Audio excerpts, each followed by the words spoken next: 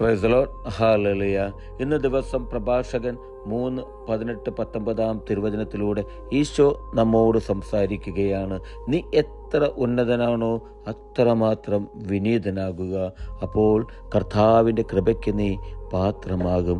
പ്രിയപ്പെട്ടവരെ, ഇന്നത്തെ തിരുവചനത്തിലൂടെ ഈശോ നമ്മെ ക്ഷണിക്കുകയാണ് ദൈവത്തിൻ്റെ കൃപയ്ക്ക് പാത്രമാകുന്നതിന് വേണ്ടി. വചനം പറയുന്നത് ഇങ്ങനെയാണ്: നീ എത്ര ഉന്നതനാണോ. പ്രിയപ്പെട്ടവരെ, നമുക്ക് നമ്മളിലേക്ക് തന്നെ ഒന്ന് തിരിഞ്ഞു നോക്കാം. നമ്മൾ പല വിധത്തിലും പല സാഹചര്യങ്ങളിലും പല മേഖലകളിലും ഉന്നത സ്ഥാനങ്ങളിലായിരിക്കാം. ജീവിത രീതികളിൽ നമ്മൾ ഉന്നത ജീവിത രീതി നയിക്കുന്നവരായിരിക്കാം. സാമ്പത്തികമായും വിദ്യാഭ്യാസപരമായും അങ്ങനെ പലവിധ മേഖലകളിലും ഉന്നതങ്ങളിലാണ് എന്നുള്ളൊരു വിശ്വാസത്തിൽ കഴിയുന്നവരായിരിക്കാം ഞാനും നിങ്ങളും. എന്നാൽ പ്രിയപ്പെട്ടവരെ, ഒരു കാര്യം എനിക്ക് എല്ലാവരെയും ബോധ്യപ്പെടുത്തുവാൻ ഓർമ്മപ്പെടുത്തുവാനുള്ളത് ഇതാണ്: നമ്മളിൽ തന്നെ അഹങ്കരിക്കുവാനായിട്ട് ഇടവരരുത്. ആ ഒരു അഹങ്കാരം എന്നൊരു വിത്ത് നമ്മളിൽ മുളയെടുക്കുവാൻ ഞാനും നിങ്ങളും അനുവദിക്കരുത്.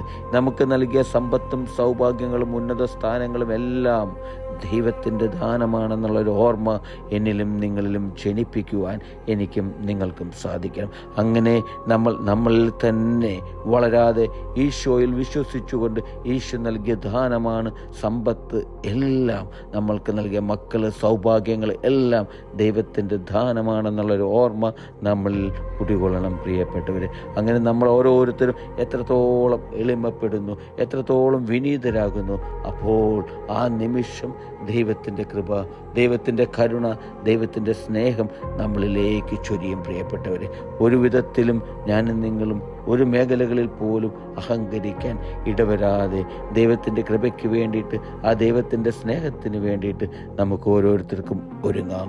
ഹല്ലേലൂയ. ആമേൻ.